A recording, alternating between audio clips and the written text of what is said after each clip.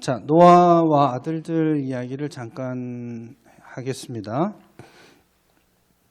좀 많이 건너뛰었지만 홍수가 지나가고 노아가 이 땅에 내려와서 새로운 세상을 시작하죠.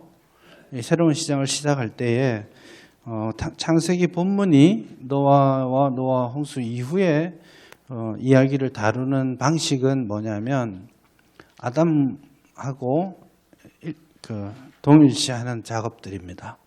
그래서 처음에 창세기 8장에 홍수 뒷부분 이야기가 창세기 1장을 다시 리마인드 시키는 역할을 한다고 했죠.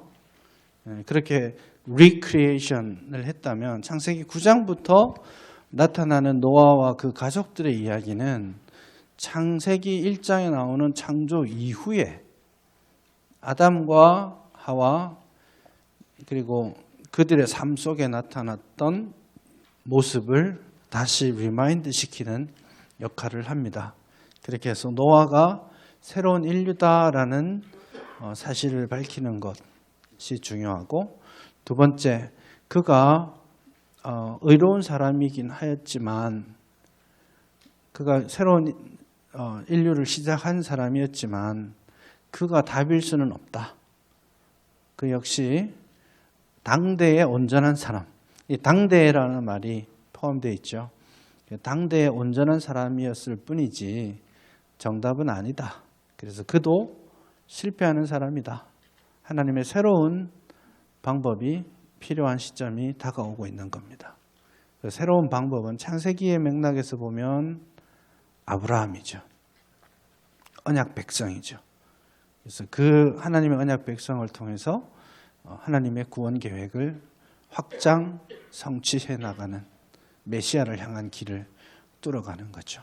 그것이 하나님의 더 구체화되는 플랜이고, 새로운 시대가 시작되었음에도 불구하고 노아와 그 아들들이 한계 가운데 있다. 그래서 창세기 2장 3장에 나오는 아담과 하와의 모습, 그리고 그들의 타락, 심판, 이런 것들이 노아의 가족에서 다시 반복되는 것이죠.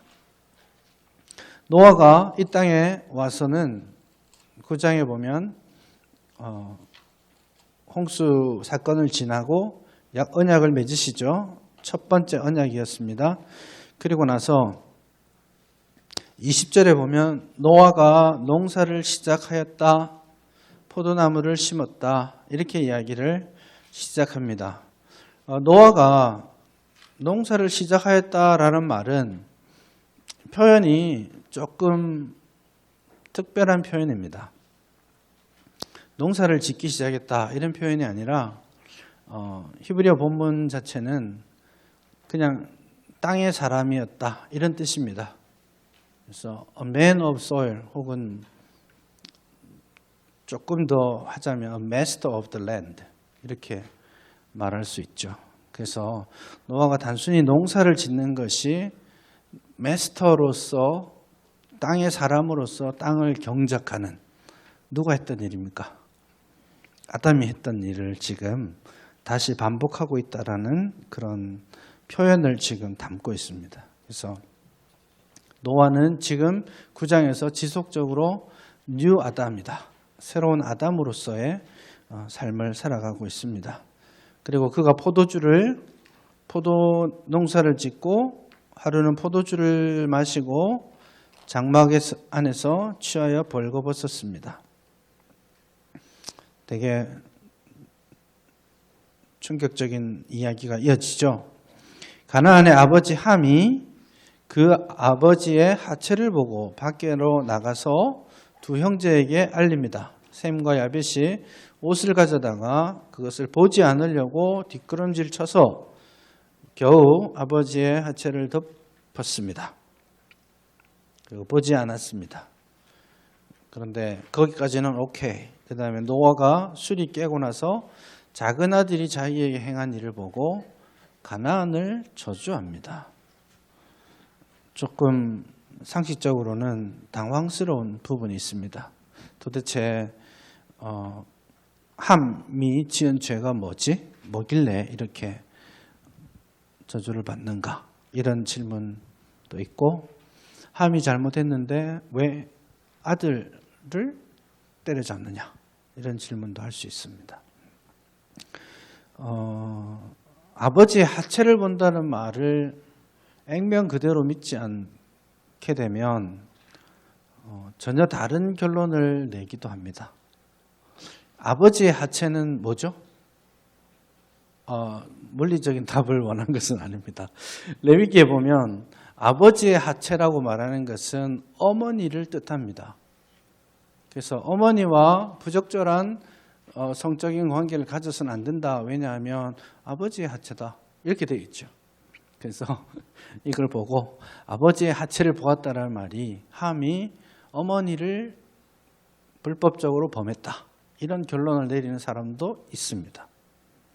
또 하나는 아버지의 하체를 보았죠. 그걸 가지고 함이 아버지의 하체를 보고 동성애를 했다. 라고 주장하는 동성애자들이 있습니다. 그래서 구약에서는 이런 본문이었고 신약에서는 그 백부장, 종을 사랑한 백부장 이야기 있잖아요. 그런 게 다 동성애 코드가 있다라고 동성애를 주장하시는 분들이 말하고 있죠. 너무 많이 나간 이야기들입니다. 하체를 보았다, 그리고 가렸다. 제가 지금 계속해서 말하고 있는 컨셉이 뭐냐면 노아는 뉴 아담이다. 그래서 지금 9장은 창세기 2장, 3장을 리핏하고 있다. 이 말씀을 드렸잖아요. 같은 맥락에서 이 이야기를 볼 필요가 있습니다. 동산을 경작해야 될 책임을 가졌던 아담, 그리고 땅의 경작자로서 농사를 시작한 노아, 그리고 그 동산 한가운데서 실과를 따먹고 벌거벗은 자기 자신을 발견한 아담과 하와, 그리고 그 땅을 경작하고 포도주를 마시고 술에 취하여서 벌거벗은 노아, 계속 연결되는 것이죠. 그리고 무화과 나무 잎으로 그 벌거벗음을 가렸던 것처럼 두 아들이 노아의 벌거벗음을 보지 않고 드러내지 않고 가리죠. 덮죠. 이런 것들이 전체적으로 볼 때 지금 노아의 술 취함 이 장면이 노아가 그냥 술을 많이 마셔서 취했다, 그러다 보니 사건 사고가 났다, 이것을 말하려는 동기가 아니라 창조 때부터 있었던 아담의 계보에 있는 가인의 길과 혹은 여자의 후손의 길과 뱀의 후손의 길이 있는 거예요. 그리고 그것이 계속되고 있는 겁니다. 누군가는 보고 가렸습니다. 창세기 3장의 문맥에서 보면 누가 가렸죠? 하나님이 가려주셨죠. 하나님이 가죽옷을 지어서 그 부끄러움을 가려주었습니다. 그래서 셈과 야벳이 한 행동은 그것을 가리는 행동에 준하는 것이고, 그리고 함이 한 행동은 무엇입니까? 그 부끄러움을 드러내고 알리는 일을 했죠. 그래서 이런 구조적인 패턴을 통해서 함이, 우리가 암시적으로 함이 뱀의 길을 가고 있다 하는 것을 보여주는 겁니다. 그 다음에 구체적인 이야기들은 성경이 말하지 않아요. 왜 그런 길을 가고 있는지는 아마 만약에 다 기록했다면 있었을 겁니다. 구체적으로. 그가 어떤 죄악된 생각과 행동을 했는지 뭐 이런 이야기 있었겠지만 지금 노아의 이야기를 다 풀어낼 수는 없거든요. 그래서 노아 이야기를 요약하고 스킵하면서 앞에 이 사람하고 똑같아 라고 말하는 거예요. 그래서 함의 모습이 죄를 드러내는 뱀의 역할들을 했다면, 그리고 반대로 다른 두 아들은 그것을 가리는, 하나님께서 죄를 덮어주시고 케어하시는 그 모습을 가지고 있다라고 결론을 짓고 빨리 넘어가기를 원하는 겁니다. 그렇잖아요. 노아의 몇백 년 이야기를 요 한 몇 절 안에 다 요약하려면 어떻게 해야 돼요? 또 다른 많은 분량을 또 써야 될 거 아니에요. 근데 그것들을 다 요약하면서 노아의 삶은 아담의 삶과 같았다. 아담의 가능성도 있었고 아담의 연약함도 있었다. 그렇게 이야기를 합니다. 그래서 이것으로 무슨 동성애 코드를 만들어낸다든지 그렇게 하는 것은 바람직한 것은 아니라 생각을 합니다. 네 번째, 이제 오늘 마지막 강의인데요. 네 번째 강의는 노아로부터 아브람까지 이어지는 이야기입니다. 길지 않은 이야기지만 이것은 되게 중요한 어떤 포인트가 있죠. 우선은 노아의 족보가 그러니까 셈, 함, 야벳의 족보가 10장에 나오는 족보입니다. 열방의 족보죠. 이 족보가 1번 반개 족보다 하는 것을 딱 보고 아시면 되겠어요. 자, 그럼 반개 족보의 기능이 뭐였죠? 직계 족보는 그 약속의 후손의 정체를 드러내는 거였죠. 내로다운하는. 반개 족보는 퍼뜨리면서 이 사람이 아니야 라고 말하는 겁니다. 그래서 반개 족보에 나오는 사람들은 소위 약속의 메인 라인에서 벗어나는 사람들의 이야기입니다.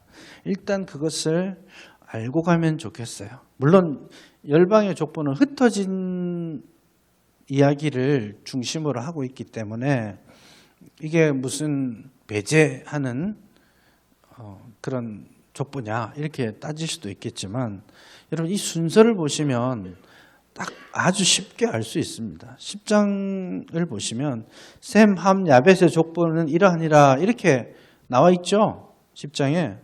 그런데 2절서부터 이야기하는 것은 이렇게 갑니다. 야벳의 족속은 이러하고 함의 족속은 이러하고 셈의 족속은 이러하다. 이렇게 말하죠. 그래서 사실은 셈, 함, 야벳을 그냥 일반적으로 순서대로 하지만 이 족보의 소개는 중요하지 않은 순서대로 그냥 치고 나가는 역할을 합니다. 그래서 야벳을 먼저 빼고 가나안에 대한 자세한 이야기를 좀 해서 이스라엘 백성들에게 정보를 주고 그러고 나서 자기들의 족보를 이야기하죠. 그래서 요거는 명확하게 배제적 의미가 있습니다. 그리고 게다가 10장에 나오는 셈의 족보를 자세히 보시면 조금 이상합니다. 셈이 이렇게 아들을 낳습니다. 그리고 에벨이 태어나고 그리고 나서 두 아들이 나옵니다. 그래서 그 두 아들 중에 특별히 26절 이하에 보면 욕단을 이야기합니다. 욕단. 왜 이런 걸 주목할 필요가 있냐면 여러분 셈의 족보는 1장 10절에서 다시 시작됩니다. 11장 10절에서 다시 시작될 때는 욕단을 이야기하지 않고 다른 아들 벨렉을 이야기합니다. 그러니까 뭐냐면 11장은 직계 족보거든요. 그러니까 메인 라인을 말하는 족보예요. 그래서 10장에서 심지어 셈의 족보를 이야기하는 순간에도 배제를 염두에 두고 그것을 기록했다라고 우리가 볼 수가 있을 것 같습니다.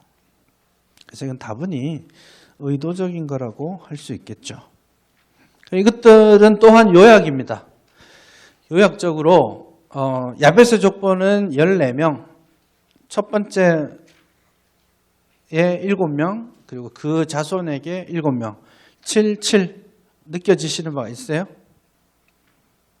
그냥 다 쓰기 귀찮다 이 뜻입니다. 그래서 7만 딱 쓰고 됐어. 그 말은 뭐냐면 7이라는 숫자에 담아 놓음으로써 그냥 잘 퍼져갔다 하는 이야기를 하고 말았습니다. 그리고 나서 함의 족보는 30절에 걸쳐서 그 이야기를 합니다. 되게 길게 하고 있죠. 그리고 거기에는 좀 우리가 알아야만 하는 인포메이션들을 좀 그 함의 족보에 넣어두고 있습니다. 첫째는 니므롯이라는 존재를 언급하는 것이죠.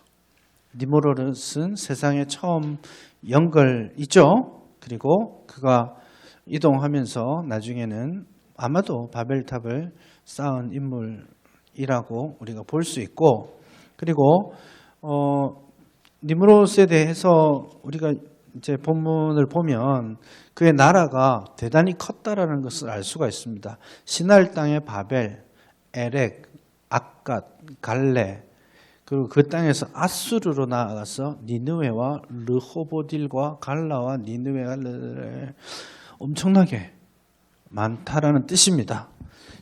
굳이 간단하게 지도를 보자면요.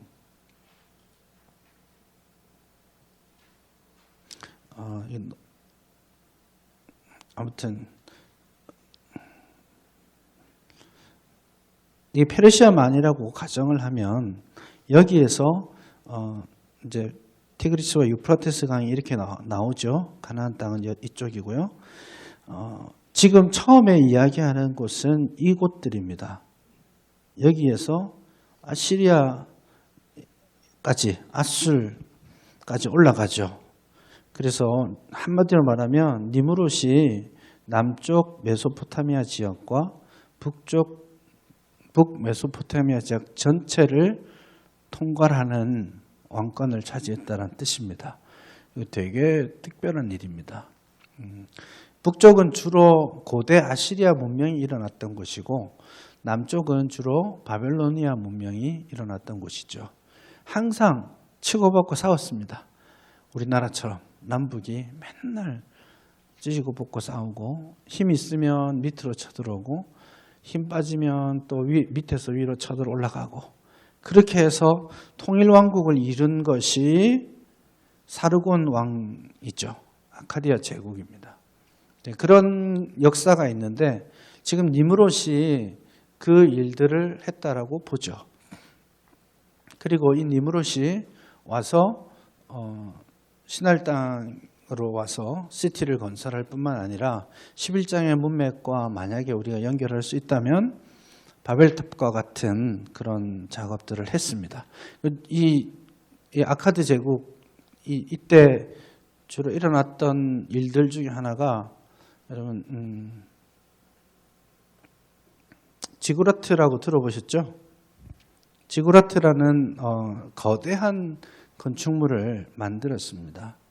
그래서 이게 심지어 이제 큰 곳은 90m 정도까지 올라가는 대단히 큰 건축물입니다. 이제 이집트로 치면 피라미드처럼 그런 것들인데 지금은 많이 허물어졌죠. 그리고 예전에 걸프 전쟁하고 이러면서 이런 데가 많이 이집트의 유물들이 엄청나게 많이 소실되었습니다. 그 부분은 미국이 책임을 져야 될 텐데 성서학도로서는 아쉬움이 많습니다. 그 부분에 대해서는. 어쨌든 그런 지구라트를 만드는 것이 그 시절에 아카드 제국 시절에 주요한 작업들 중에 하나였던 것도 마찬가지 그렇고 어쩌면 바벨탑도 이거랑 비슷한 모양을 가졌을 수 있겠다. 그렇게 생각할 수 있습니다. 보통 여러분 상상 속에 있는 바벨탑은 동그란 거 막 올라가는 거죠. 그렇죠? 그런 것보다는 이 당시에는 각을 져서 이렇게 한 것으로 보이고요. 글쎄요, 그 큰 건물을 어떻게 지어 올렸는지는 좀 기술적으로 고민해 봐야 될 숙제들이 있습니다. 어쨌든 그가 니므롯이 떠나서 시날 땅으로 갔고 시날 땅은 바벨론입니다.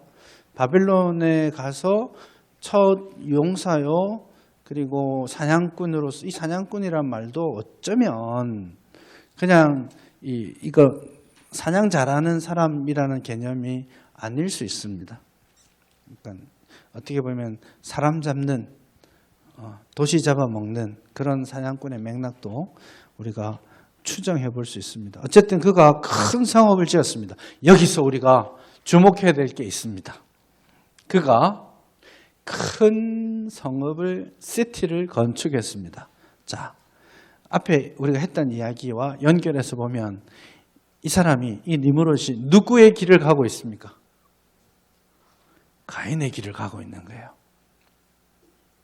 그래서 시티를 세우고 타워를 세우고 하는 이 작업들이 구체적으로는 하나님이 원하지 않는 길을 가고 있는 거다. 이렇게 볼 수 있습니다. 그리고 그것이 함의 후손이라고 말하고 있죠.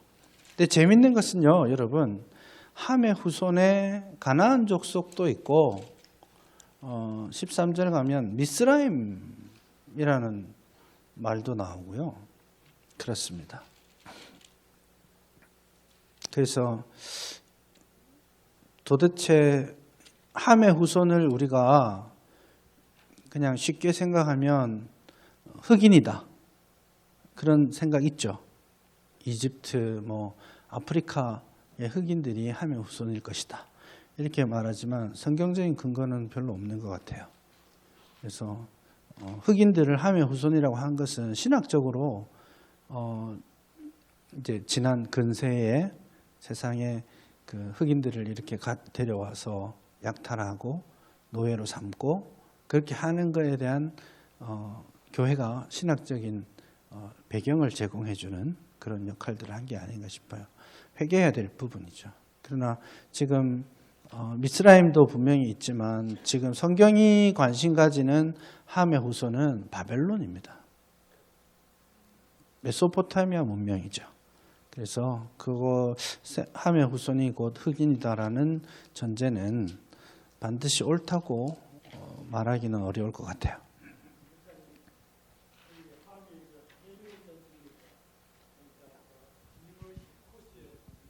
네.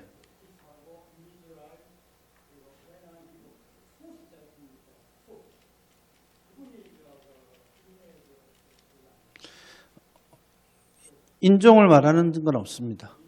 네, 인종을 지금 말하고 있지 않습니다. 그리고 미스라임 구스 땅이라고도 이야기하는데 이런 것들이 우리가 이집트의 구스라고 말하거나 이집트의 어디라고 확정할 수 있는 근거는 아직은 제가 볼 때는 더 논의가 필요합니다. 실제로 예를 들어서 구스다 이러면 구스 땅은 어디예요? 이디오피아라고 말하는데 적어도 구약 성경에서 구스가 쿠시죠. 쿠시가 언급되는 문맥은 이디오피아가 아닌 것 같아요. 네. 적어도 지금 이 문맥에서 쿠시는 글쎄요, 그 지금 말하고 있는 지역들 있죠. 그 지역들과 묻어서 이야기한다면 그 주전 21, 2, 3세기에 가장 최고의 영예를 누렸던 도시 이름이 키시거든요. Kish.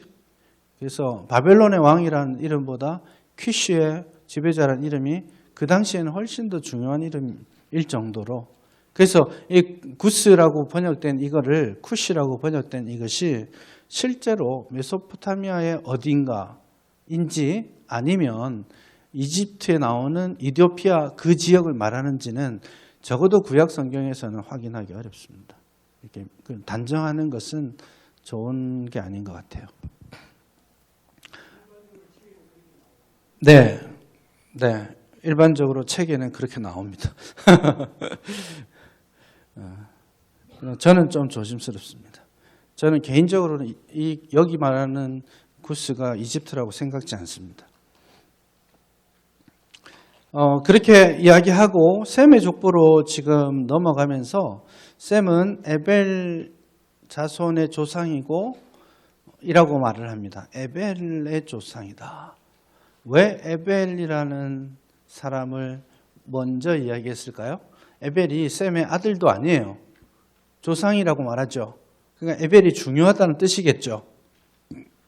근데 에벨의 중요성은 여기에 언급되는 중요성은 뭐냐 하면 에벨이라는 말에서 히브리라는 말이 나옵니다.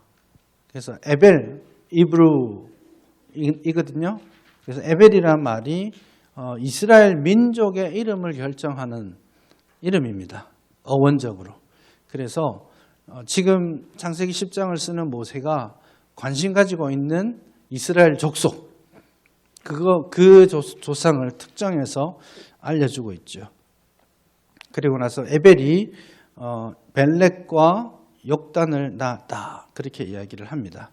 벨렉이 메인 라인이고 욕단이 메인 라인이 아닙니다. 그래서 10장에서는 벨렉 이야기, 욕단 이야기를 합니다.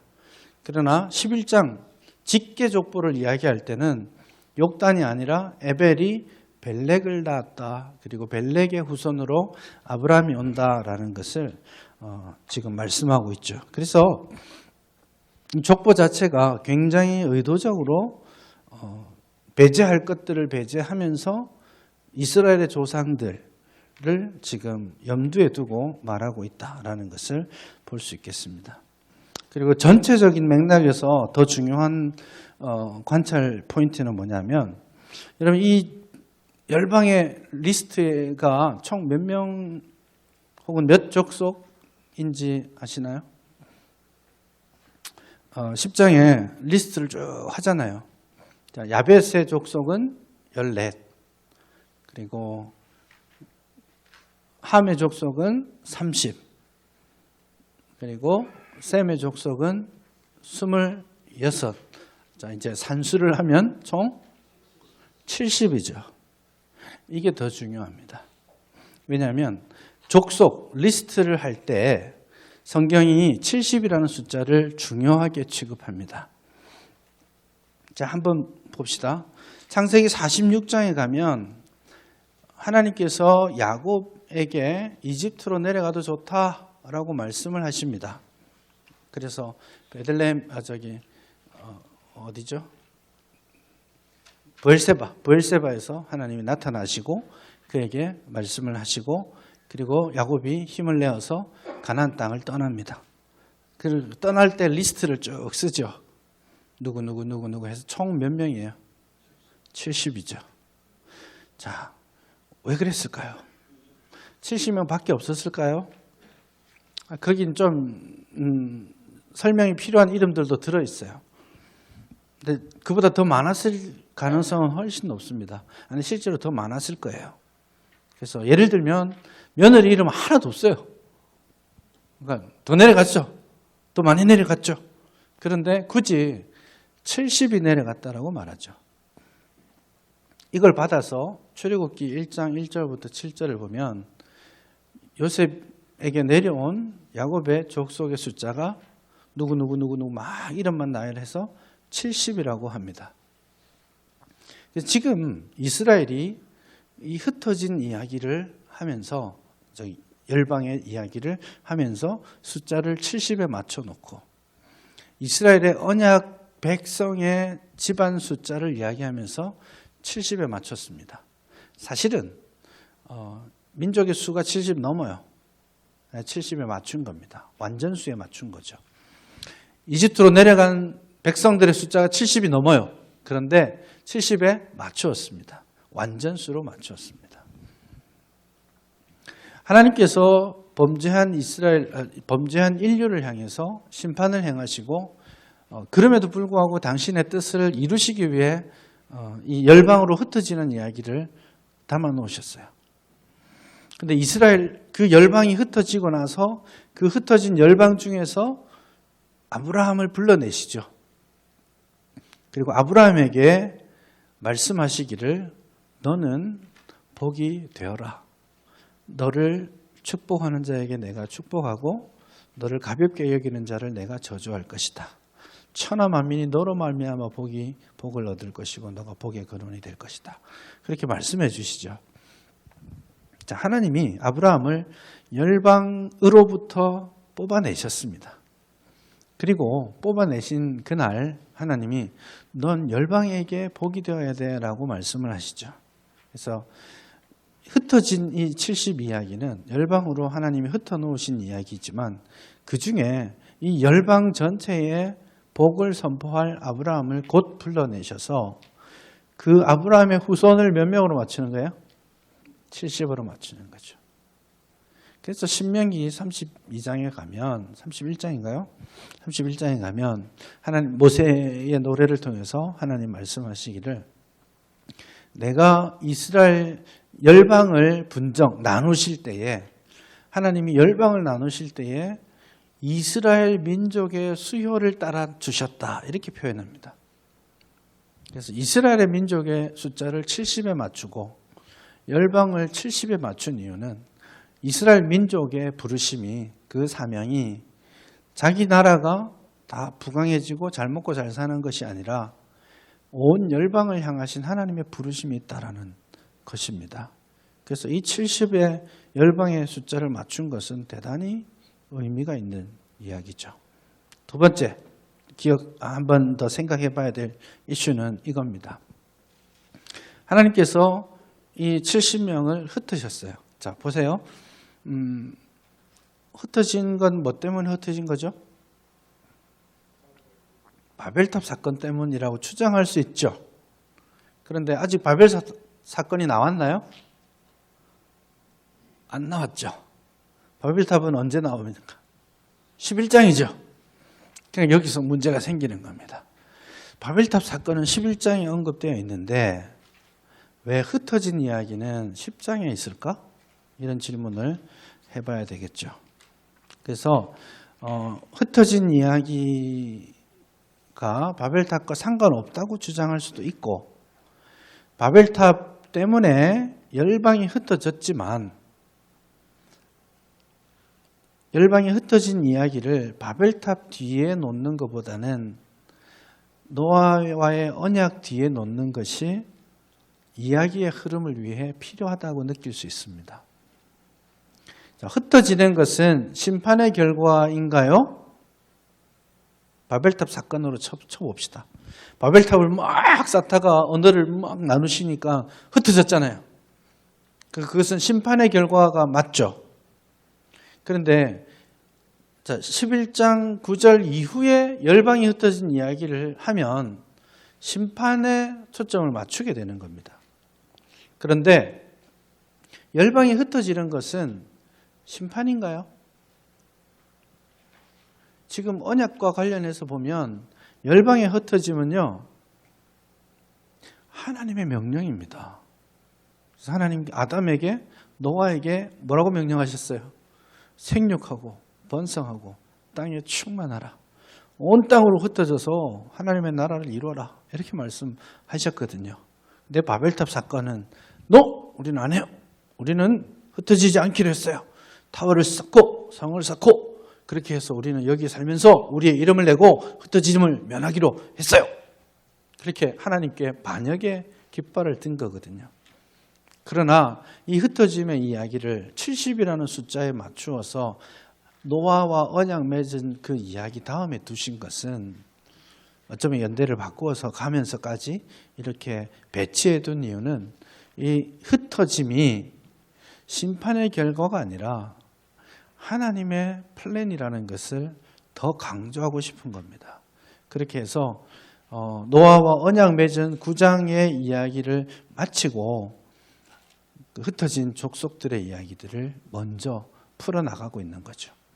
그렇게 함으로써 이 열방의 흩어짐, 다시 말해서 인류의 죄악에도 불구하고 하나님의 오리지널 플랜은 하나님의 마음속에 여전히 있으면서 그것을 마스터 플랜을 가지고 이렇게 진행하고 계신다라는 그 사실을 우리가 확인할 수 있겠죠. 그래서 그 맥락을 우리가 점검하고 11장으로 넘어가는 것이 좋을 것 같아요. 11장은 아무튼 온 땅의 언어가 하나다라는 말에 초점을 맞추고 있죠. 11장 1절에 보면 온 땅의 언어가 하나다, 말이 하나다 이렇게 말하죠. 9절을 보면 그러므로 바벨이라 하니 여호와께서 거기서 온 땅의 언어를 혼잡하게 하셨다. 이런 표현을 하죠. 그래서 사실 11장 1절부터 9절은 되게 아름다운 문학적인 장치들로 가득한 겁니다. 그래서 완전 이거는 여러분 히브리어로 보게 되면 완전 데칼코마니에요. 딱 5절에 나오는 하나님께서 딱 내려보시고 그리고 내려오시잖아요. 그 장면 전후로 해서 똑같은 이야기를 똑같은 표현으로 반복하고 있죠. 그래서 1절부터 9절까지가 딱 한쪽만 그려놓고 탁 붙이면 완전히 똑같은 나비가 되는 것처럼 데칼코마니처럼 해놨죠. 그렇게 함으로써 핵심을 딱 짚어주는데 그게 뭐냐면 하나님의 간섭하심이에요. 하나님께서 내려오셨다. 재밌는 표현이죠. 인간과 하나님의 간격이 얼마나 큰지를 보여줍니다. 인간이 하나님께 가까이 가려고 탑을 높이 쌓았잖아요. 근데 그건 다릅니다. 이제 바벨론에서 있었던 그런 지구라트는 높이 쌓은 이유가 뭐냐면 더 가까이 가서 자기 신들에게 제사 드리기 위한 겁니다. 근데 지금 바벨탑은 뭐예요? 더 높이 쌓아서 하나님처럼 되려고 하는 겁니다. 그래서 사실은 제사적 목적이 있는 게 아니라 반역의 목적이 훨씬 더 뚜렷하게 있는 것이죠. 이렇게 높이 쌓아놓고 하나님과 대적하려는 의도들이 여기에 분명히 나타나고, 그럼에도 불구하고 여러분 하나님처럼 되려고 막 높이 쌓았는데 정작 하나님은 어떻게 해야 돼요? 내려오셔야 되죠. 아이러니입니다. 야, 니네들이 하는 짓거리가 우습지도 않다야. 니네들이 아무리 높이 쌓아봐. 내가 너 그거 좀 보려면 한참 내려가야 돼. 이렇게 말씀하시는 거죠. 그래서 하나님의 위대하심과 인간의 노력의 부질없음이 아이러니하게 높은 탑과 대를 쌓자 하고 있는데 하나님은 정작 내려오셔야만 하는 그런 상황들을 5절에서 보여주죠. 하나님께서 강림하심으로 똑같은 이야기인데 맥락은 전혀 다릅니다. 그래서 처음에는 똑같은 이야기를 인간의 계획이 어떻게 착착착착 되는가를 설명하는 똑같은 이야기인데 뒤에는 똑같은 단어를 써서 하나님의 계획이 이루어진다라는 것을 말하고 있죠. 그런 맥락에서 하나님께서 당신의 뜻을 인간의 연약함, 인간의 반역 그런 것에도 불구하고 하나님이 임하셔서 그 일들을 마무리하신다라는 것을 이제 11장 바벨탑 사건이 우리에게 증거하는 거죠. 근데 여기에서 한 가지 아까 이제 10장과 11장을 바꾼 이야기하고도 연결되는데 창세기 앞부분에서는요 패턴이 있다고 말씀드렸어요. 인간이 범죄하고 거기에 대해서 하나님이 심판하시고 그 다음에 뭐가 나왔죠? 하나님의 돌보심이 여전히 있다라고 말씀하죠. 그래서 아담이 범죄하고 그에게 심판을 선언하시고 가죽옷을 지어 입히시고, 가인이 범죄하고 그에게 심판을 선언하시고 그리고 표를 주시고, 사람의 아들, 하나님의 아들, 사람의 딸들의 범죄, 홍수 심판, 노아에게 언약을 베푸심. 이 패턴이 있죠. 근데 11장은 이 순서가 바뀌었다고 했어요. 11장을 보면 바벨탑 사건이 있습니다. 하나님이 그 바벨탑을 무너뜨리시고 언어를 혼잡케 하셨죠. 그래서 흩어졌겠죠. 이 순서를 바꾼 거예요. 왜냐하면 지금 바벨탑 사건으로 말미암아서 하나님의 심판을 받지만 거기에 대한 대답을 하나님의 돌보심을 말하고 싶지 않은 거예요. 이제는 다른 무언가가 필요한 거거든요. 지금 계속 반복되는 이야기잖아요. 이미 3번 동안 이 반복이 계속되었지만 인류는 변함이 없었고 실패는 계속하고 있습니다. 또다시 심판을 받고 계속하죠.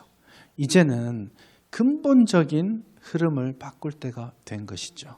그래서 심판 이후의 흩어짐이라는 것을, 흩어짐이 단순한 심판이 아니라고 했잖아요. 하나님의 축복의 실행이기도 하거든요. 그래서 하나님이 여전히 돌보고 계신다라는 답을 섣불리 주지 않고 끝낸 겁니다. 그럼 이 패턴이 깨짐으로써 그러면 그 다음 대안은 뭐지? 라는 질문을 사실은 이 본문이 우리에게 던지고 있는 것입니다. 언어의 문제를 하나 먼저 지적을 하고 가죠. 바벨탑 사건의 기본적인 동기는 하나님을 반역하는 것입니다. 맞죠? 우리의 이름을 내자. 이름을 내는 거 우리가 우리의 이름을 내는 것이 아니죠. 누가 우리의 이름을 내는 거예요? 하나님이 내시는 거예요. 그래서 바벨탑 사건 이후에 바벨탑 사건에서 우리가 우리의 이름을 내자 했는데 그거 아니야 하시고 하나님께서 아브라함을 부르셔서 구체적으로 내가 너의 이름을 창대하게 만들겠다 이렇게 풀어나가시죠.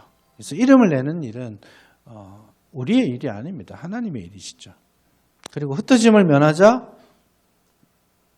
하나님의 구체적인 명령을 직접적으로 반대하는 것입니다. 탑과 성을 건축하자, 자 우리가 오늘 하루 종일 한 이야기의 맥락에서 보면 성과 탑을 쌓는 것이 누구의 길이었어요? 가인의 길이었죠. 지금 니므롯이 하나님을 떠나 우리가 알 수 있어요. 신할 땅으로 어느 쪽으로 이동했어요? 동쪽으로 이동했잖아요. 그만 얘가 가서 헛짓을 하겠구나라고 추정하게 되는 거죠.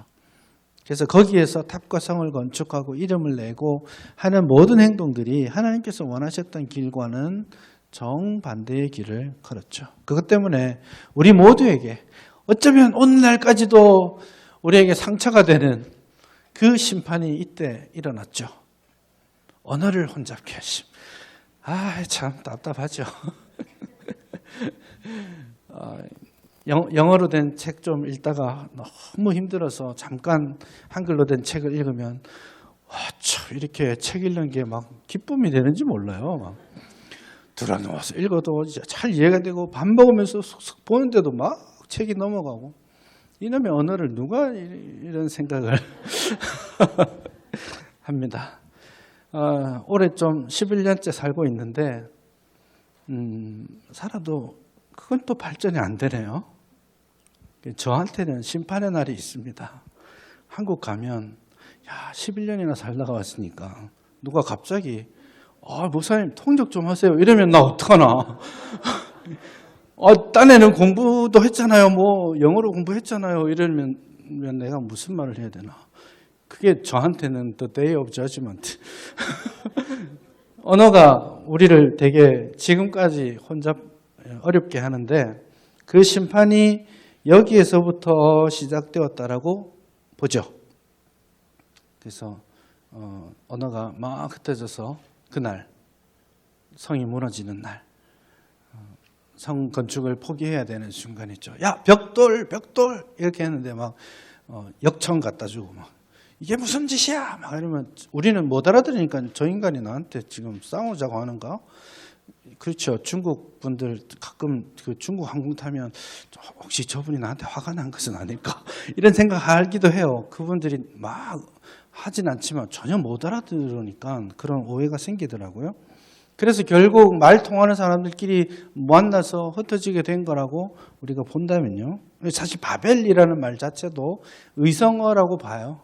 우리가 그냥 말 못 알아들을 때 뭐라고 해요? 미국 사람들이 막 와가지고 갑자기 블라블라블라블라 하더라. 이렇게 말하잖아요. 샬라샬라샬라 한다고. 그런 의성어입니다. 바벨이라는 것이. 그래서 언어가 이때로부터 민족들을 향한 하나님의 심판의 도구가 되어 있죠. 그래서 언어를 흩으신 것이 심판이 되었습니다. 그리고 구약에서 에스겔 이사야서죠. 이사야서를 보면 그런 내용들이 나옵니다. 아시리아에게 원조를 청하죠. 그러니까 아시리아에게 원조를 청했을 때에 하나님께서 너희들 나를 믿지 못하고 외국의 군사를 믿니? 그러지 말아라. 이렇게 했는데 불신앙적으로 아수르에게 원조를 청하고 그것 때문에 역사적으로 아람 나라, 북이스라엘 다 멸망하고 남유다도 속국이 되는 이유가 된 거예요.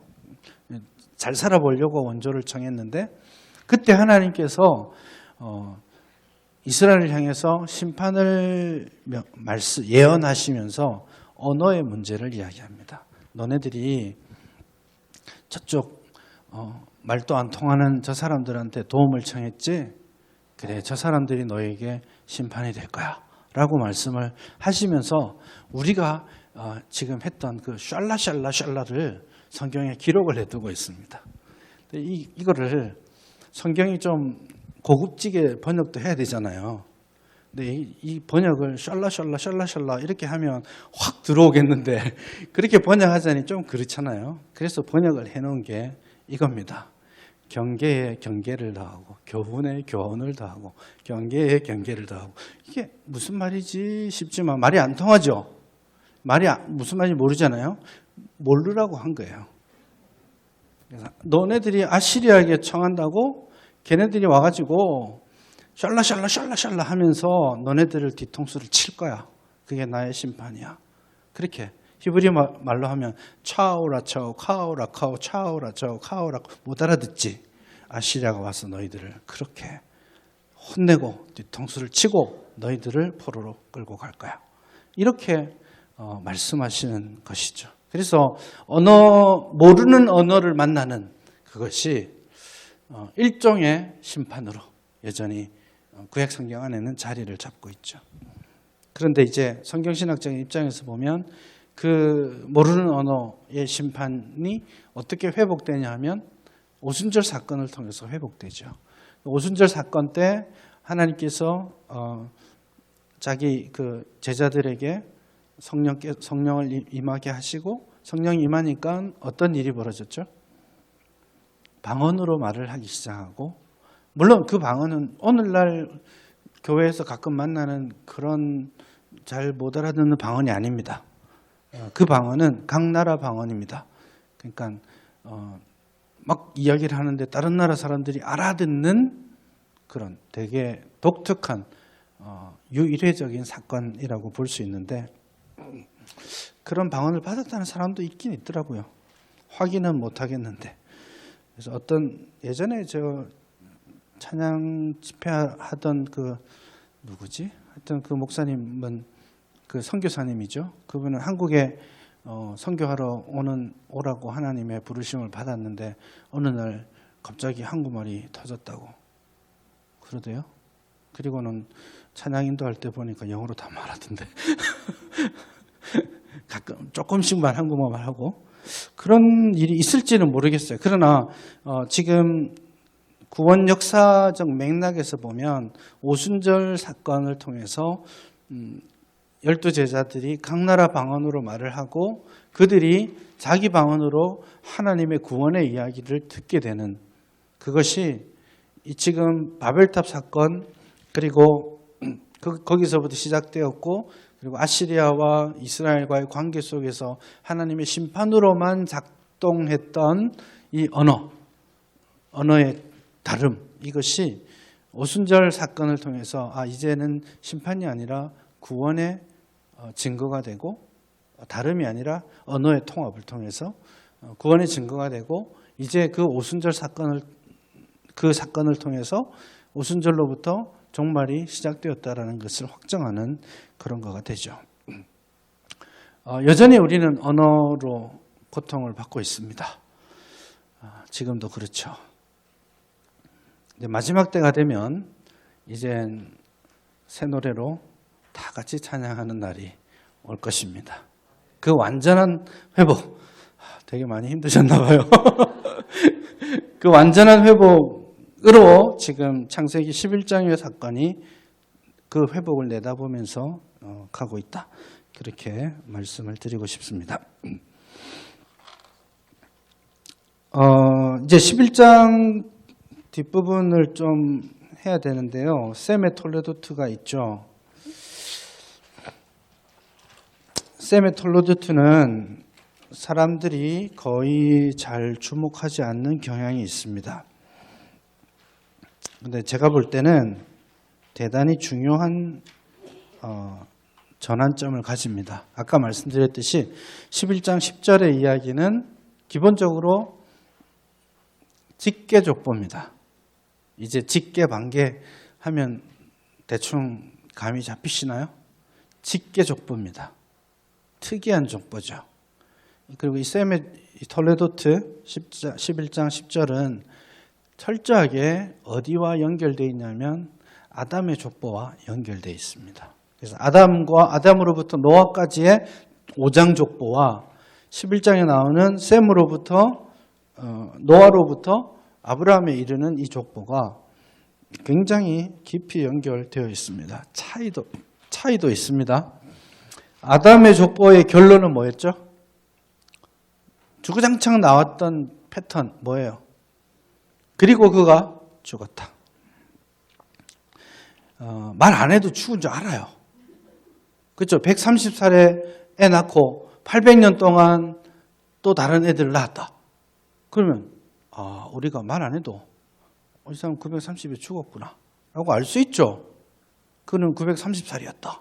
그럼 930살까지예요. 근데 굳이 또 한 번 그리고 그는 죽었다 라고 말을 했으니까 5장은 아주 명확하게 다 하는 이야기를 합니다. 자, 11장 10절에 나오는 족보들을 보면요. 이 사람들은 죽었을까요? 안 죽었을까요? 너무 어렵게 생각하지 마시고. 죽었겠죠. 다 죽었을 거 아니에요. 우리 지금 쌤을 만나는 게 아니잖아요. 다 죽었어요. 그런데 본문은 죽었다고 말하지 않습니다. 이게 족보가 비슷한 이야기를 하지만 굉장히 다른 이미지를 전달하는 겁니다. 5장은 죄의 결과로 모두가 죽는다라는 이야기를 합니다. 11장은 그들이 비록 다 죽었겠지만 적어도 본문은 낳고 몇 년을 지내며 자녀를 낳았다라고만 하고 끝이 났어요. 그래서 이것은 죽었다라는 이야기의 연결이 아닙니다. 이거는 계속해서 반복하는 것은 낳았다. 더 이상 죽지 않는 길이 있으려나 하는 기대를 우리에게 주는 것이죠. 그런 맥락에서 5장에 나오는 이야기와 11장의 이야기는 명확하게 구별해서 봐야 됩니다. 그래서 이것은 죄의 결과로 모두가 죽는다라는 이야기를 하려는 의도가 없어요. 대신에 낳는 이야기가 의도입니다.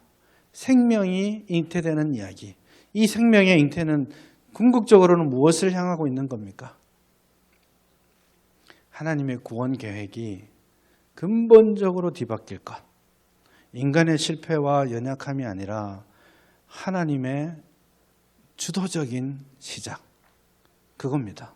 그것을 굉장히 강조하기를 원하는 것입니다. 11장 10절서부터 이야기가 쭉 나와 있는데 여러분 이 11장 10절 이하에 나오는 이야기를 사람들이 주목하지 않는 이유는 앞에 열방의 족보랑 비슷한 거 아닌가? 왜 또 썼지? 생각하는 경향이 있었습니다. 아까 말씀드렸듯이 열방의 족보는 배제하는 욕단의 후손 이야기를 한 거고 여기서는 메인 라인에 있는 에벨의 아들 벨렉의 이야기를 하고 있는 거죠.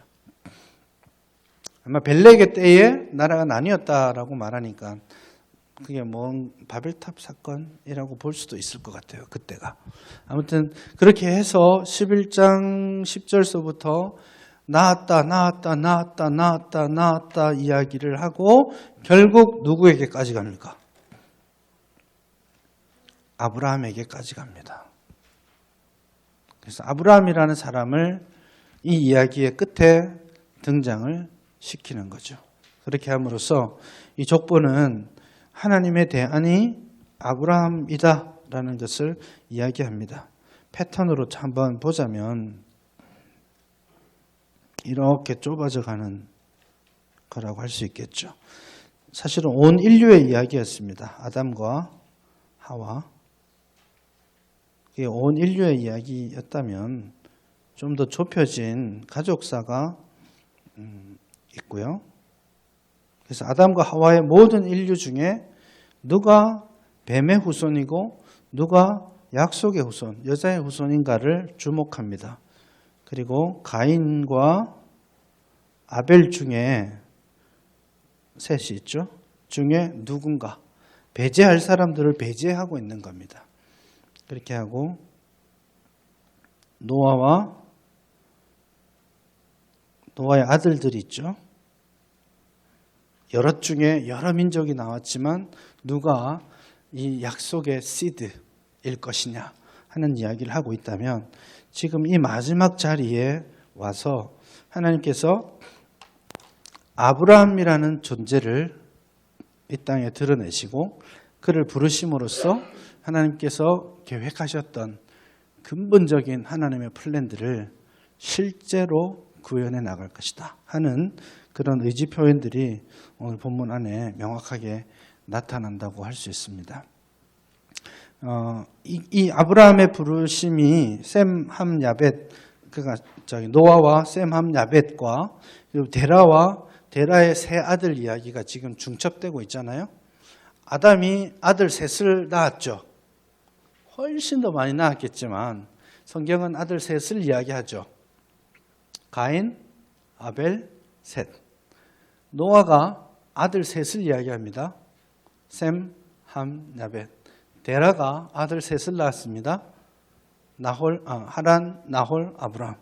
이 패턴이 같아지고 있죠. 그래서 새로운 인류의 시작을 알리는 그런 장치와 관련이 있다라고 봅니다. 그리고 또 한 가지는 이 창세기 주석을 보시면 거의 99%가 이 11장 10절부터 26절까지의 이야기를 앞에 붙입니다. 이건 보수고 진보고 상관없이 구조를 파악할 때 이 족보 이야기를 앞에 붙입니다. 그리고 이제 아브라함의 등장을 제일 중요하게 생각을 하죠. 그러나 이건 좀 고려해야 될 숙제가 여기 있습니다. 왜냐하면 이 족보는요, 앞으로 나가는 족보입니다. 직계 족보거든요. 그래서 그 다음에 올 사람이 핵심이고 그 다음에 올 사람을 아브라함으로 지목을 했다면 그 이후의 이야기가 여기에 붙어 있는 거예요. 그래서 저는 창세기의 후반부는 11장 27절부터가 아니라 11장 10절이라고 주장하였습니다. 누가 동의할지는 모르겠지만 근데 너무 유니버셜리 이런 주장을 안 하기 때문에 저 혼자 하고 말았어요. 교수님도 갸우뚱하고 넘어갔습니다. 어떡하겠어요. 주장하는데. 그래서 그 주장의 기본적인 근거가 뭐냐면 직계 반계 족보도 있지만 여러분 앞에 이제 구조에서 보여드렸던 것처럼 톨레도트가라는 게 있잖아요. 그 톨레도트, 족보라는 말이 10번, 11번 쓰이고 있지만 다 똑같은 무게로 쓰이는 것이 아니에요. 그래서 어떤 것은 그냥 6, 7절 만에 족보만 딱 쓰고 끝나는 게 있고 어떤 것은 막 13장, 14챕터씩 이렇게 쓰는 것도 있잖아요. 그래서 무게가 다 다릅니다. 그리고 이 족보를 쓰는 그러니까 톨레도트라는 말이 있는데 그게 이제 표현하자면 These are the generation of 어쩌고 저쩌고 이게 패턴이거든요. 그래서 이게 근데 이걸 히브리어로 보면 엘레 톨레도트 해서 쭉 나가는 겁니다. 엘레 톨레도트 노아, 엘레 톨레도트 데라 이렇게 나가거든요. 근데 자세히 보면 어떤 톨레도트는 그냥 엘레 톨레도트라고 하지만 어떤 톨레도트는 왜 엘레 톨레도트 이게 뭐 무슨 차이가 있겠나 싶지만 엘레 톨레도트라는 말은 그냥 딱 시작하는 말입니다. 그러나 그리고라는 말을 집어넣고 톨레도트를 쓰는 것은 앞에 거를 따라간다는 말입니다. 문법적으로. 그래서 데라의 이야기가 중요하죠. 아브라함 이야기, 이삭 이야기, 야곱 이야기 다 중요하잖아요. 그런데 아브라함 이야기, 이삭 이야기, 야곱 이야기는 모두 그리고라는 말을 붙여놓고 있습니다. 대신에 셈은 그리고라는 말을 뺐어요. 모든 반계족보 다 그리고라는 말 넣어놨습니다. 결국 그리고라는 말을 안 넣고 절대적인 시작점에 서 있는 족보는요.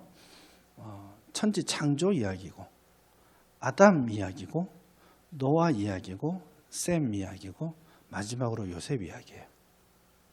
근데 이제 다음 내일부터 족장들 이야기를 하게 될 텐데 왜 이 이야기를 하냐면 족장들의 이야기를 풀어나감에 있어서 아브라함과 이삭과 야곱 세 사람과 요셉과 그 형제들의 이야기는 격이 다릅니다.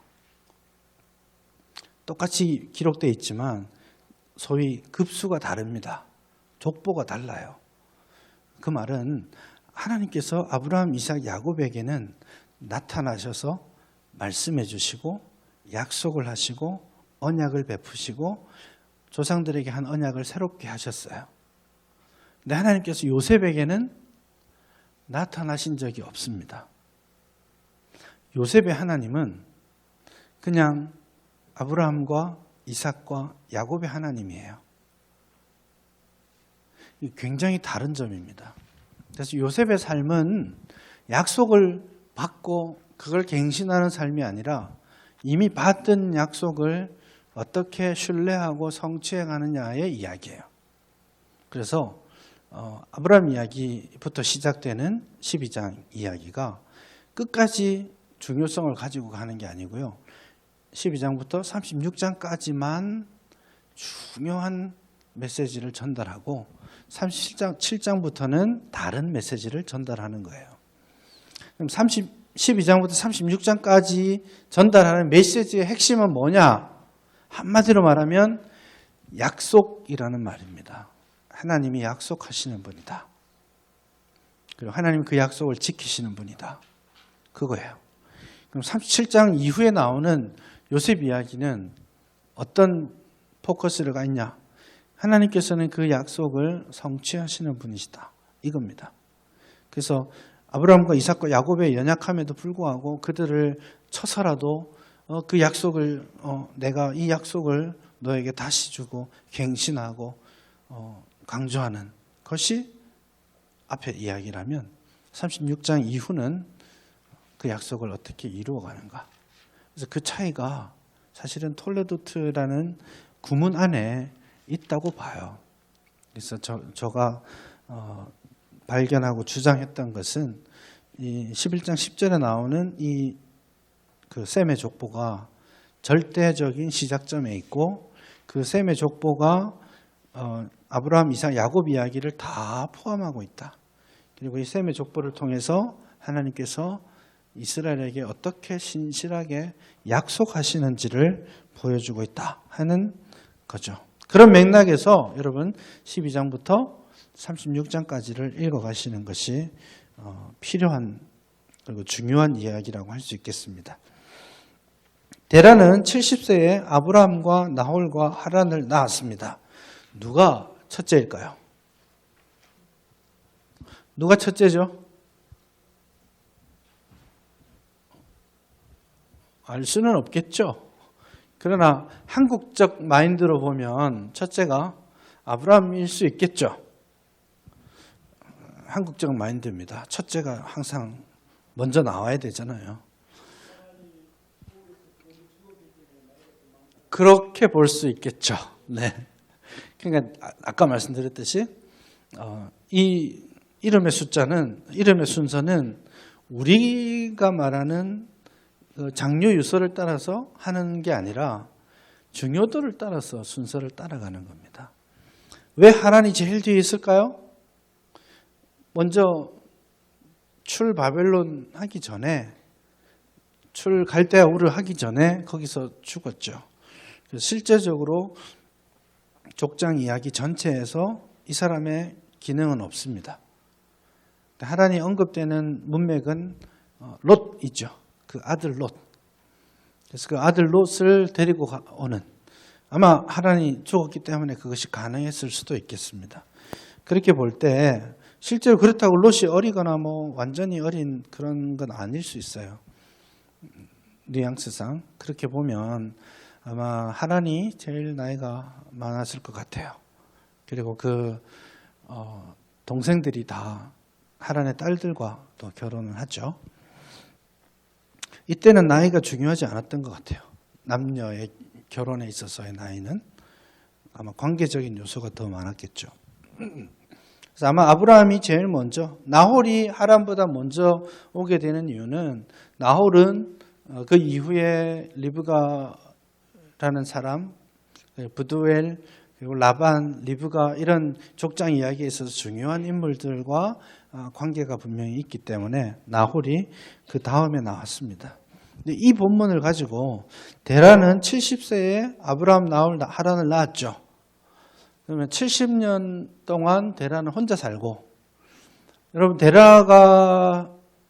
데라를 떠나서 아브라함이 가나안 땅으로 도착했을 때 몇 살이었어요? 75세. 75세였죠. 70 더하기 75는 145. 데라는 몇 살에 죽었죠? 중요하진 않아요. 205세에 죽었습니다. 고로 145를 딱 빼면 70이 남죠. 그러니까 데라의 인생은 아브라함을 만나기 전 70, 아브라함과 함께한 75, 아브라함이 떠난 70. 말하기 좋죠. 그렇게 치면 어떤 문제가 되냐면 실제로 이런 주장을 합니다.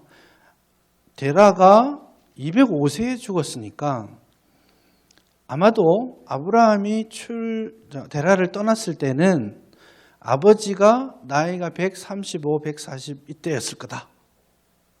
그렇죠. 70 더하기 75, 145세였다. 그렇게 이야기를 하죠.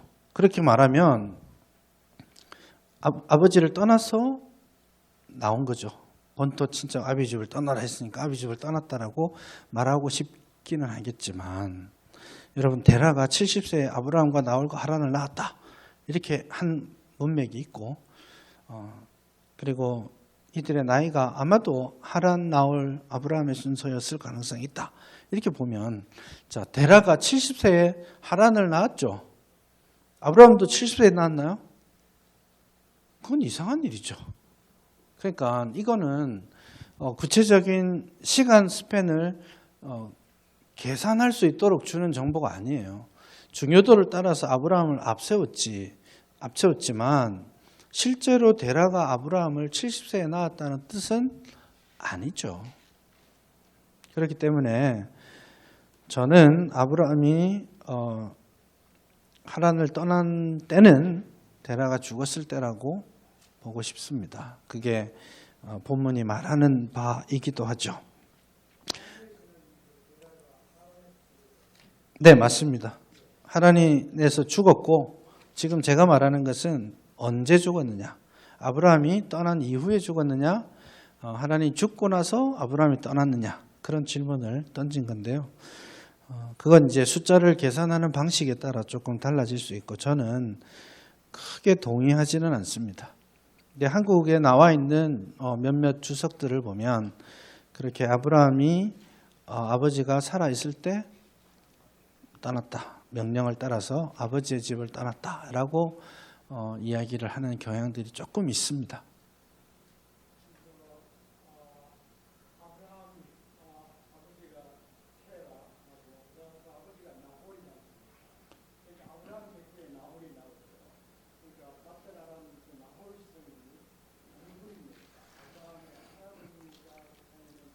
아람의 나홀성은 그건 이후에 붙여진 이름일 겁니다. 네, 하란은 오래된 성읍이고 그 이후에 나홀성이라고 이름을 붙였겠죠. 아버지의 이름인지 본인의 이름인지는 확인할 수 없지만 어쨌든 뭐 이름이 두 개 나오는 건 잘 발견하신 거고요. 그러나 그 이름은 의도에 따라서 붙인 것이지 원래부터 그 지역의 이름이 그렇다라고 말하기는 어렵죠. 나홀성 자체는 신이라는 달신을 섬기는 중심 도시예요. 그래서 우르가 달신 섬기는 곳이거든요. 그래서 달신을 섬기는 곳에서 데라가 이동을 해서 그 당시 문명이 알려져 있던 마지막 자리까지 가기는 하였으나 그 문명을 떠나는 것에는 데라가 성공하지 못했다, 이렇게 볼 수도 있겠습니다. 예, 그렇게 해서 데라가 세 아들을 낳았습니다. 그리고 나서 27절부터 32절까지를 조금만 더 보자면요. 데라가 아들을 이 족보는요, 참 많은 정보를 줍니다. 특별히 아브라함 이야기, 데라의 톨레도트죠. 아브라함 이야기에 있어서 족보는 크게 두 군데 나오거든요. 여기 11장 27절 이하하고 22장 20절 이하에 또 족보가 나옵니다. 나홀의 족보가 나오죠. 근데 이 족보는 되게 특이한데 뭐냐면 핵심 아이디어가 여자입니다. 앞에 족보는 핵심으로 중간에 던져주는 중요한 아이디어가 사라의 부림입니다. 22장에 나오는 나홀의 족보의 핵심 아이디어는 리브가입니다. 그래서 이 두 족보는 굉장히 많이 닮았고 긴밀하게 서로 연결되고 있어요. 그래서 아브라함 이야기 전체의 구조에 있어서도 이것은 중요한 역할을 한다고 볼 수 있습니다. 그러나 우리가 여기서 주목해야 될, 잊어서는 안 될 중요한 정보입니다. 비록 그 다음 이야기는 내일 하겠지만 이 정보를 잊으시면 곤란합니다. 뭐냐? 족보가 제일 강조하고 있는 이야기입니다. 사라는 불임이었다 하는 겁니다. 대단히 중요한 정보입니다. 이거를 자꾸 까먹어요. 이 이야기를 까먹으니까 아브라함 이야기가 다 엉망이 되는 겁니다. 이 이야기를 까먹으니까 아브라함이 한 행동들이 이상하게 느껴지는 거예요.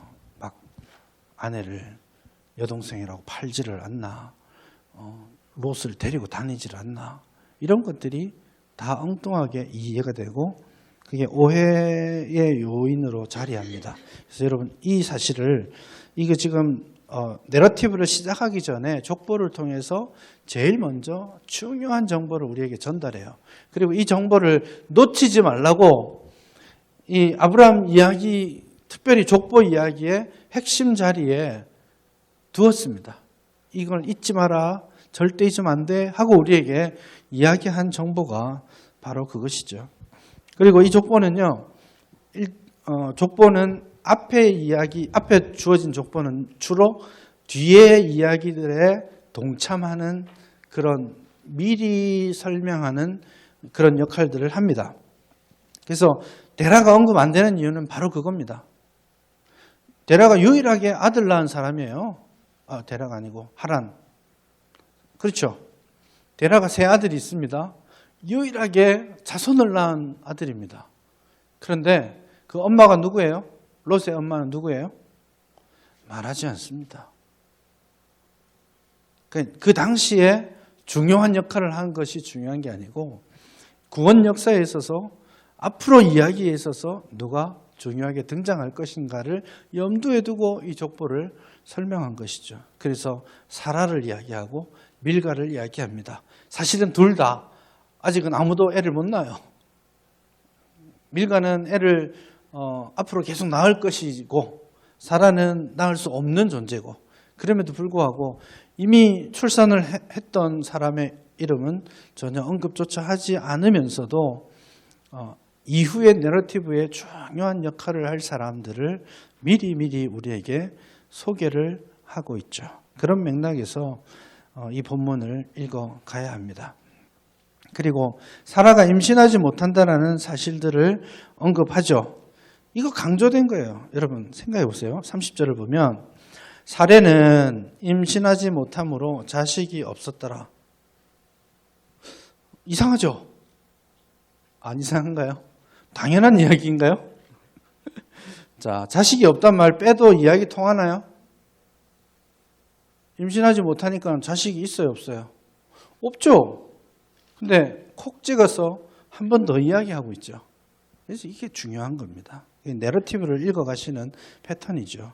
사라가 임신하지 못하고 자식이 없다라는 사실을 지속적으로 본문이 반복해서 강조함으로써 이 이야기가 앞으로 아브라함 이야기를 읽어가는 데 있어서 핵심적인 키워드가 될 거다라는 사실을 우리에게 명확하게 알려주고 있는 것이죠.